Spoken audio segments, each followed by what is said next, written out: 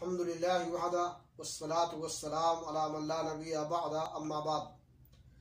اسلامی بھائیوں، اللہ کے ہاں شان و شوکت کے ان مظاہر کی کوئی اہمیت نہیں ہوگی جن کو اہل دنیا اہمیت دیتے ہیں۔ وہاں انسان کا ایمان، اخلاص اور تقوی دیکھا جائے گا اور اسی بنیاد پر اس کی قدر و قیمت ہوگی۔ اس لیے انسان کی اصل توجہ دل کی اصلاح کی طرف ہونی چاہیے، نہ کہ جسم کی پرورش کی طرف۔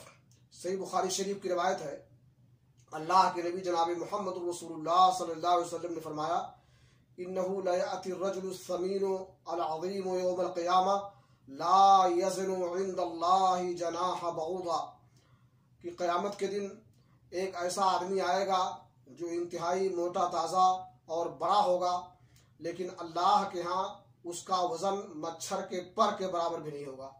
اس لیے ہماری کوشش ہونی چاہیے کہ ہم اصلاح قلب کی طرف توجہ دیں، نہ کہ جسم کی پرورش کی طرف۔ اللہ ہمیں اس کی توفیق دے۔ تقبل یا رب العالمین۔ وصلی اللہ علی نبینا محمد وعلی آلہ وصحبہ اجمعین۔